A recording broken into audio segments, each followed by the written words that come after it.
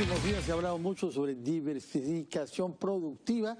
Hemos invitado al día de ayer al nuevo ministro de la Producción, señor Daniel Córdoba, que tomó distancia de dos de sus predecesores inmediatos, Pedro Laechea y Bruno Yufra, para sostener que había que apostar por este concepto que puso en el centro de la agenda pública el exministro Piero Gessi, que hemos invitado ahora, con tanto más interés que, como usted sabe, RPP prepara un foro integración al Bicentenario que tendrá lugar el próximo mes de mayo, y en donde uno de los objetivos es acentuar que sí podemos mejorar nuestras tasas de crecimiento diversificando nuestra producción. Buenos días, señor Piero Gessi. Buenos días, Fernando, Patricia, Aldo, ¿cómo están? Bienvenido. ¿Qué tal? ¿Cómo ha recibido usted este nuevo ánimo frente al concepto que usted sembró y que pareció que había sido totalmente descartado?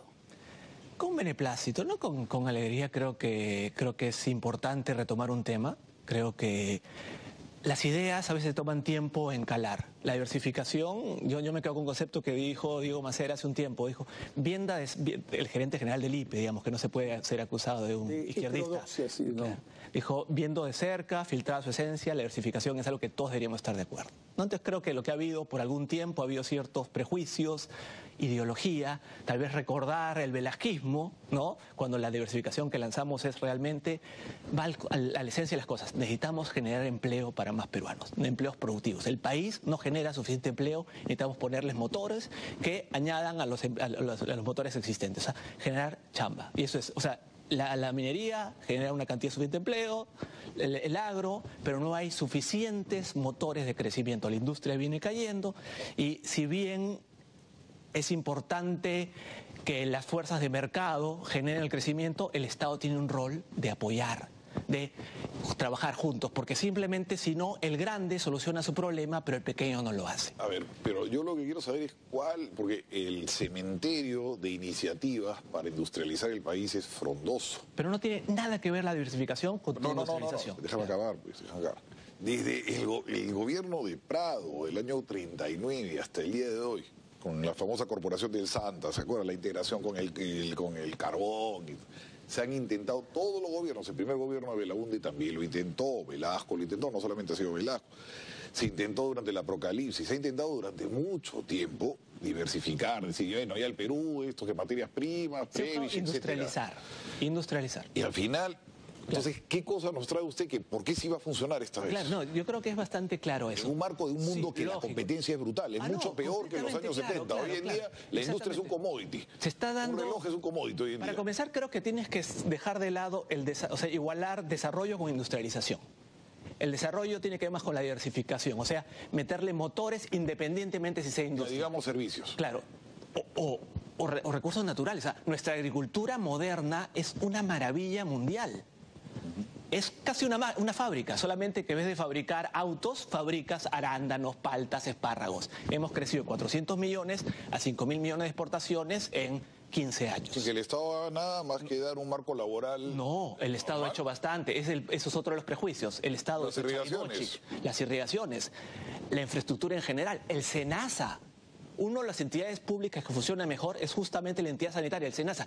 Tú, por más grande que sea, no puedes ir a vender espárragos a Japón si no tienes un Estado. Todo Estado del mundo tiene un Lo SENASA, tiene que hacer, exactamente. Pero es un trabajo. No. Es una novedad, pues. No, claro que sí es una novedad, porque en el caso acuícola el Sanipes no existía. O sea, puede existir, pero puede funcionar bien o no. El SENASA funciona muy bien. Hace una entidad, es la mejor, es lo único que funciona casi en el Minagri. El Ministerio de Agricultura, la mejor entidad es el SENASA. ¿El resto no funciona, el Minagri? No muy bien. Claramente el Minagri no funciona como ministerio, lo hemos visto atrás, o sea, ha abandonado al pequeño y mediano productor. El SENASA sí funciona y ayuda bastante a abrir los mercados y permitir las exportaciones. Entonces, sí, yo creo que la agricultura es justamente el mejor ejemplo de que por qué necesitas diversificación productiva. Es si no tienes un rol complementario público-privado. Si no tienes un buen sistema sanitario, nadie te compra afuera. Lógico, pero en general, la infraestructura, la ley laboral, la ley de promoción agraria, extender el área de la tierra, porque antes simplemente podías tener 150 hectáreas y ahora es mucho más. Pero ahora la cosa es cómo logras que ese éxito, ese milagro económico que ha sido la agroexportación peruana, se ocurra en otros sectores y vaya también al pequeño y mediano productor. O sea, ¿cómo lo integras a la cadena productiva? Porque si tú eres damper o camposol, tus problemas los puedes solucionar si tienes problemas de plagas, si tienes problemas de, digamos, de investigación. Tienes la escala para poder solventar cualquier problema que tienes. Si eres pequeño, no sabes. Y lo que tenemos en el Perú bastante es que cada uno juega por la liebre.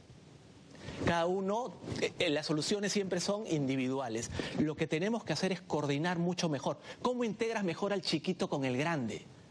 Y ahí está el rol, digamos, de los CITES. O el INIA, que no juega ningún rol y que debería jugar. Es coordinar, ayudar a que los clústeres productivos se reduzca, se aumente la confianza.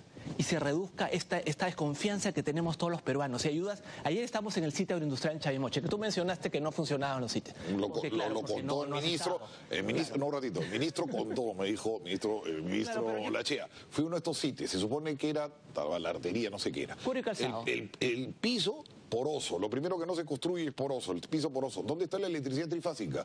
No tenemos electricidad trifásica. Esto es una broma. Hay que entender bien. Esto no es una industria. Lo que pasa, Aldo, es que yo creo que lo primero es entender, el modelo funciona. El modelo del CITE ha funcionado donde han estado los componentes, digamos, han estado. Cuando tienes un problema en la construcción, tienes que corregir. Lo que ocurre en el Estado, y tal vez el exministro Lachea no sabía, es que a veces hacen los PIPs paralelos. Una parte para ver la parte constructiva y la parte de la electricidad. Entonces lo que ocurre siempre que tienes que hacer... Construye su cine y no tiene pantalla, no es un cine. No es verdad, pues. Claro. Tú no puedes creer todo lo que te diga, no puedes ser tan ingenuo. O sea, Lachea es mentiroso. Claro. No, sino que tampoco sabe posiblemente. Estuvo poco tiempo en el ministerio, realmente, ¿no? O sea, la realidad es que tú tienes una realidad, tienes clústeres productivos. Ayer lo mencionó el ministro de Producción. Tienes clústeres productivos en todo el Perú, ¿no? Cuero y calzado en Trujillo, acuícola en San Martín, forestal en Pucallpa, donde pongas el dedo hay un clúster que existe. En Arequipa, por ejemplo, ¿no? Exactamente, entonces tú lo que tienes que hacer es ayudarlos a hacer mejor, porque no tenemos estándares de calidad, ahora, estos no homogenizamos. Son informales muchos. ¿no? Claro, por eso ayudas a hacer mejor, y vuelvo a los formales, porque simplemente, si no, ¿cómo salimos del subdesarrollo? Pero ahí tengo una consulta. Los clústeres no crecen, pues, no crecen en el campo así como que crece un árbol. Se han ido formando a lo largo de los años. Existen. Porque hay, supongo, las condiciones de mercado necesarias. Exactamente. Han sobrevivido a pesar de que el Estado ha estado ausente. Como lo que dice Aldo, si son informales, si queremos meterlos en la economía, ¿cuáles son los pasos? Por ejemplo, la señora que venía hace un momento, que me parece válido, su pedido de que necesitan financiamiento para el agro, pero si el agro no es productivo, ¿con qué van a pagar el financiamiento? Y se arma un ciclo vicioso. A nadie horroroso. que le prestes a 20% te va a poder pagar. Pues esa tasa es impagable por años, ¿no? O sea, pero salgamos del agro. Salgamos del agro. Claro, o ningún negocio. Exacto, pero es solo plata. Más de 15 te matas. Yo he estado en el sistema financiero mucho tiempo, digamos, internacional. A más de 15 te matan, entonces no es sostenible. Mi hipoteca me parece carísima. Pero vamos, se necesita solo financiamiento. ¿Qué más se necesita para que salgan de la informalidad? Claro, yo creo que el centro fundamental es la productividad. ¿Cómo lo hago mejor? Entonces, la diferencia, creo, con otras experiencias mundiales de industrialización en el pasado, lo que hicimos en el Perú es usar lo que ya tenemos, ver lo que ya tenemos, los clústeres productivos que ya tenemos, cómo los hacemos mejor, y los CITES están justamente en ese sentido.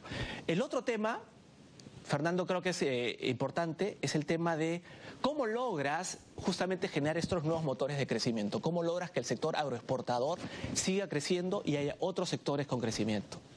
Y es una buena pregunta. ¿Cuál es la respuesta? Mira, yo creo que hay dos cosas. Primero, justamente este segundo instrumento que creamos, ideamos en el Ministerio de la Producción, que se llama las mesas ejecutivas, que de alguna manera inclusive el gobierno anterior la trató de continuar de manera muy tímida. Es un instrumento justamente donde te sientas el sector público o el sector privado con el sector privado de manera transparente a identificar cuáles son los cuellos de botella. Ayer escuché a Pati un tema que me pareció muy interesante. Pucusana, pesca artesanal, ¿no? El problema, digamos, no estemos en Pucusana, vayamos a Tumbes, que es más limpio para entender. Sobra la pesca artesanal, sobran los pescadores. No alcanza el mar para proveerle pescado. Esta es la informalidad en el mar. O sea, por más que los ordenes, lo que ocurre es que sobran los pescadores artesanales. ¿Y qué es lo que pasa? Falta empleo. Y como la gente no tiene empleo, se dedica a lo que sabe, lo que hizo su padre, lo que hizo su abuelo, que es la pesca artesanal. ¿Cuál es la alternativa en un caso como Tumbes? La acuicultura, evidente. ¿Qué problema tiene la cultura en Tumbes? Que no hay suficiente electricidad. ¿Cómo ayuda el Estado?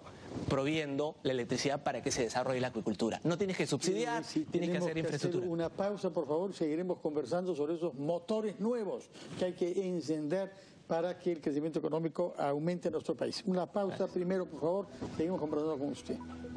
Estamos entrevistando al economista Piero Gessi, que fue ministro de la Producción hasta julio del año 16 y ha venido aquí a decirnos que hay otros motores que deben ser encendidos para aumentar nuestro crecimiento económico. No lo escuchó hablar en lo que va de esta entrevista sobre industria forestal, que sin embargo era unos grandes caballos de batalla. Claro. Cuéntenos por qué Chile exporta 20 veces más madera que nosotros.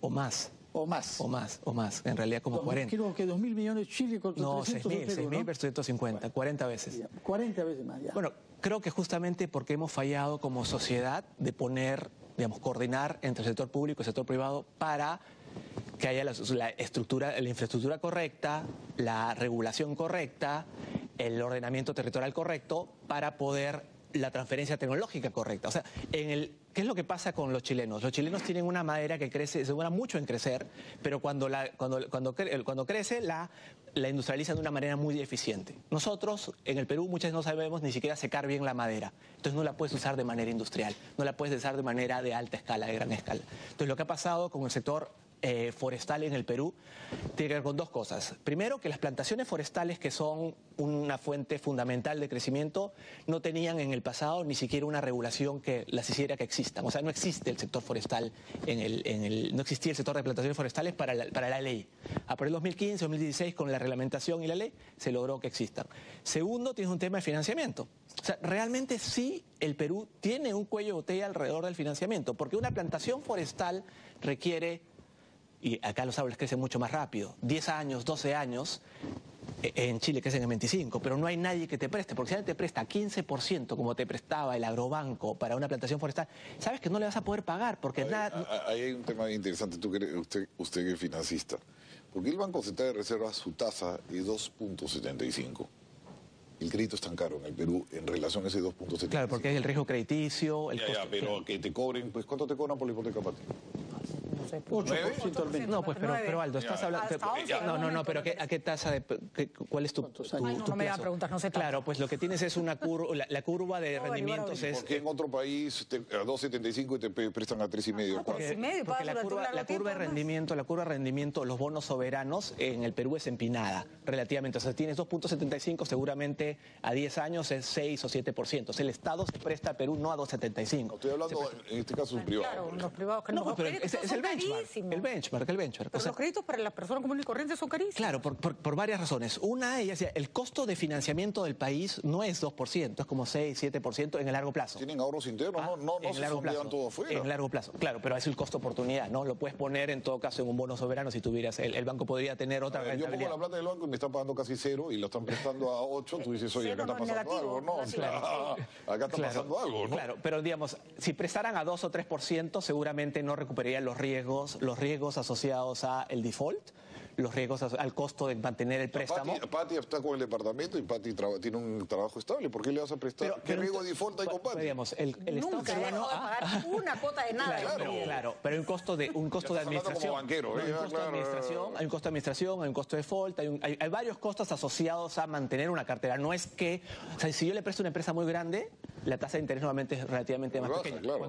Cuando es una persona individual, que hay que monitorear las cosas. Si tienes el bien, tienes la vivienda. No, pero yo creo que lo importante es que... Pero más allá del caso del personal, exacto, pero lo cierto es que el crédito es caro para todos, no solo para los agrarios, es caro para todos, y ahí hay algo que resolver, ¿no? Hay un tema claramente... Está prestando a 2.75, ¿por qué estás... Pero es overnight, no es de largo plazo. Lo que tú tienes que tener es como en Estados Unidos, tú tienes la tasa a 0, cerca a 0, 1%, y la tasa de 10 años a 3, 3,5%. O sea, tienes el préstamo se da no con la curva overnight, sino con la tasa de 15 años. Si quisiera que vuelva, por favor, a su rol de ex ministro de la producción y nos diga, en el mejor de los escenarios, ¿a cuánto podemos crecer el año de nuestro bicentenario? Estoy pensando en el foro de RPP. ¿A cuánto podemos crecer y ¿Qué es indispensable que este gabinete comprenda para dejar al Perú el año 21 con tasas de crecimiento que permitan reducir la pobreza? Yo creo que tenemos que entender que haciendo más de lo mismo no vamos a retomar un crecimiento de 5%, digamos, que necesitamos. Creo que los países tienen que mejorar de manera continua porque el mundo cambia, ¿no? Y una de las cosas que hemos dicho es el problema fundamental del Perú es un problema de empleo. El déficit es un problema importante, pero el problema fundamental es nuestra incapacidad de generar suficiente buen empleo para el país. Entonces tienes que ver cuáles son los sectores económicos donde hay potencial de generación de empleo productivo y de exportaciones, ¿no? Tienes por un lado, o sea, obviamente ya tienes dos, uno que funciona muy bien, la minería, y en el agro tienes que asegurar que continúe. ¿Cuál es el siguiente arándano? O sea, porque nuestro boom agroexportador de los últimos, o sea, el espárrago ya no tiene el dinamismo de antes. Si queremos volver a crecer 15, 20%, requerimos tener otros productos que permitan, digamos, conquistar mercados. Sector forestal, sector acuícola, turismo, ¿no? Industria, creo que tenemos que ver, la industria le está pegando a todo el mundo en el mundo. Sí se está dando una desindustrialización en todo el mundo, no es un fenómeno peruano. Tal vez no como porcentaje del PBI, pero sí como porcentaje del empleo. La robotización, la automatización, simplemente significa que las empresas están cambiando gente por máquinas y en vez de pedir mano de obra no calificada, pides mano de obra calificada. Es otro perfil. Tenemos que trabajar con el Ministerio de Educación, con el Ministerio de Trabajo para que los perfiles ocupacionales sean los correctos a las demandas que vienen. Todo esto se tiene que hacer, y lo dijo bien el ministro Córdoba ayer, de un diálogo público-privado, porque la información no la tiene un burócrata en un ministerio, la tiene el sector privado que la vive, la suda en la cancha, el pequeño y el grande. Y ese tipo de comunicación es lo que nos permite, digamos, usemos la palabra destrabar, pero de una manera más amplia, más correcta y que es eliminar los cuellos de botella a la productividad. ¿Por qué el sector textil está sufriendo más? Parte seguro es estructural, pero si el Estado no hace algunas cosas bien, no sabemos cuánto es culpa del Estado y cuánto es estructural. El sector forestal, ¿qué cosas más necesita? Alrededor del financiamiento, de la productividad, de problemas de tala ilegal, cómo eliminas esos problemas, etcétera, etcétera. ¿Cuánto ha afectado todos estos problemas que usted señala en la subida del sueldo mínimo, por ejemplo? Que si ya tenemos problemas con el financiamiento, no me quiero imaginar con los pagos los economistas siempre tenemos problemas porque se nos ve muy radicales en el tema del sueldo mínimo. O sea, el Perú es un país altamente informal, con 75% de la población en el sector informal. El sueldo mínimo simplemente aumenta la informalidad. La empresa grande la puede pagar y la empresa pequeña sí, es la o que mediana. tiene todos estos problemas que estamos señalando. Exactamente. Entonces simplemente obligas a la informalidad. Ahora, tú tienes un tema que la informalidad es mucho más que el empleo. Y solamente, digamos, flexibilidad laboral tiene sentido combinada con otras cosas. Pero el sueldo mínimo sí es una decisión que en una economía que no está creciendo, donde no hay aumento de productividad. O sea, en Alemania se hacen los ajustes salariales. Se sienta el sindicato con el empleador viendo cuáles son los ajustes de productividad que permitan sostenerlo. Eso lo hizo aquí Kuczynski, hizo un graduado de la Universidad de Oxford de economía y subió el sueldo mínimo en plena recesión del sector industrial. Claro, ha sido terrible, ha sido absolutamente... O sea, ¿para qué diablo fue a Oxford y terminó haciendo eso? Y no es la única medida que, digamos, no sería meritoria. No, Torres no lo subió, pero ¿para qué han ido a esas universidades? Pero claramente la informalidad es un problema fundamental que no se resuelven con temas únicamente tributarios. Otro tema grave es la caída de la recaudación. Claro. ¿Qué podemos hacer para no llegar a estas tasas por debajo del 13% del PBI? Yo creo que es evidente que tenemos que hacer una reforma tributaria. Yo he sido macroeconomista toda mi vida y en los últimos años me he dedicado más a la micro, al desarrollo económico, hasta que esto opino, digamos, con cierta distancia. Yo diría que, digamos, el problema fundamental del Perú es estructural con respecto al déficit fiscal. Al tener 3% de déficit, con una recaudación de 13, 14, tenemos una brecha tremenda. Fueron los cambios tributarios de Segura y de Otorne. Yo creo que hay cambios tributarios que hay que revertir, hay que corregir y hay que aumentar la recaudación. No podemos pagar un Estado mínimamente eficiente, ¿no?, con el nivel de recaudación existente. Y no hay que esperarlo. Yo creo que no hay que esperarlo. No le dijo, estos cambios que están haciendo no van a traer problemas. Ha habido algunas cosas que uno está de acuerdo, otras cosas que no está de acuerdo, pero creo que al final de cuentas, una vez que se ha visto que hay cosas que no han funcionado en este gobierno, creo que en el anterior creo que hay que revertir. Es evidente. No hemos perdido recaudación innecesariamente por personal training, dentistas, etcétera. Muy poca gente está pagando impuestos y nadie se siente... Si tú no y la pagas... MIPES, todo el mundo se ha pasado al 10. Claro, exactamente. Es un regalo. O sea, no estás logrando... Tú en la economía la tienes que hacer en el margen, hacer que haya un incentivo para que la gente se pase, pero no al que ya estaba pagando 30 pase pasar 10% sin ningún beneficio para el país. Yo creo realmente que no hay alternativa para poder solventar un Estado eficiente. No uno grande, o sea, porque igual tenemos la menor recaudación tributaria, casi una de las menores de la OECD y una de las menores de América Latina. No hay manera de solventar un Estado eficiente si no aumentamos nuestra recaudación a un nivel de 14, 15 o más. No hay nada, nada puedes financiar con ese Estado. Pero eso también va por la informalidad. Lógicamente, pero por eso tienes que ser eficiente. Ahora tenemos una situación fiscalmente austera. Tienes que ser eficiente en el uso de tus recursos. Creo que algo que lo mencioné y lo tengo que mencionar de alguna manera más fuerte inclusive es el tema de la coordinación y entre actores es muy importante. El Estado puede ayudar a aumentar la productividad de los pequeños y los medianos justamente transfiriendo tecnología, coordinando información, ayudarlos a certificarse, ponerlos juntos simplemente para que se transfiera información y conocimiento. Eso no cuesta mucho dinero. Todos los CITE cuestan 70 kilómetros de carretera. Muchísimas gracias, Piro Gessi, gracias por las ideas que da, por el optimismo que transmite y por las contribuciones que nos ha dado al Foro Integración al 2021 de ese entusiasmo. A mí me gustaría ver más ministros con el entusiasmo. Bueno, señor Gessi, que tenga usted buenos días, gracias por su visita. Hacemos una pausa y entramos a la recta final de ampliación de noticias. Bueno, querido. Bueno.